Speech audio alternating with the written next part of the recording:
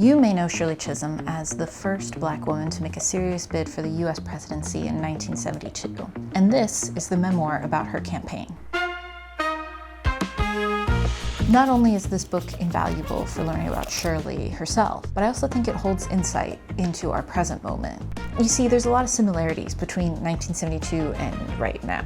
There's backlash after social reckoning from racial inequities, America's deepening involvement in conflicts abroad, anxiety about the economy, and also authoritarian vibes from the occupant of the White House. And in the midst of these crazy, uncertain times, enter Shirley Chisholm.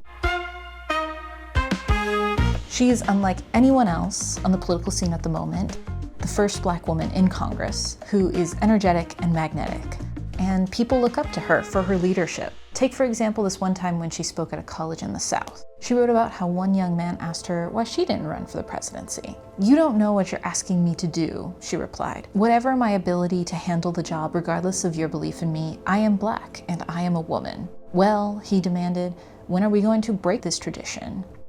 Shirley writes, "What he said stayed with me. That question, when are we going to break this tradition? When? Never, if we don't start now." That became Shirley's North Star. Breaking tradition was very much in Shirley's DNA. I mean, she's literally the first Black woman in Congress. But now she saw an opportunity to take on the biggest tradition of them all, the assumption of who gets to be US president.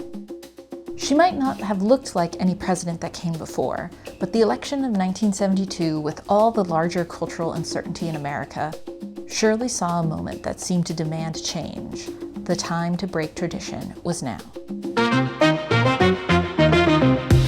From there, Shirley embarked on an outrageous campaign that we would describe now as being completely run on vibes. It was powered by volunteers and mostly financed by her own credit card. But her campaign was also an incredible once-in-a-lifetime experience for all who participated. Now, there are plenty of biographies you could read, and also there's a whole Netflix movie, but I think that nothing compares to reading Shirley's own experiences about this campaign. She writes once about speaking to a crowd saying, "Join me on the Chisholm Trail. The Blacks alone in America can't do it. The young people alone can't do it. The women alone can't do it. But together, all these groups can rise up to get their share of the American dream and participate in the decision-making process that governs our lives. We need to be in the seat of power." She even tried to break the cycle of political violence that unfolded during the 1972 campaign when her fellow Democratic candidate George Wallace was shot. Belief in the right of another to hold and publicly advocate the contrary point of view without having his motive impugned and his character maligned seems to me to be a fundamental tenet of our political system. But Shirley also didn't take herself as seriously as the mission she felt like she was a part of. "If I had to be reasonable about such things, I would not have run anywhere. In every state, there was some reason not to enter. But all of that seemed to me only another facet of the system I was trying to shake up, and we weren't going to shake it up unless we got out and ran." By reading her memoir, it gives a completely different experience on the campaign. Shirley's own personality shines through the pages to envelop the reader, making you feel like you're right there. You sit right with her as she goes through every high and every low of the campaign, and it just feels like you're on the precipice of a historical moment, right there with her.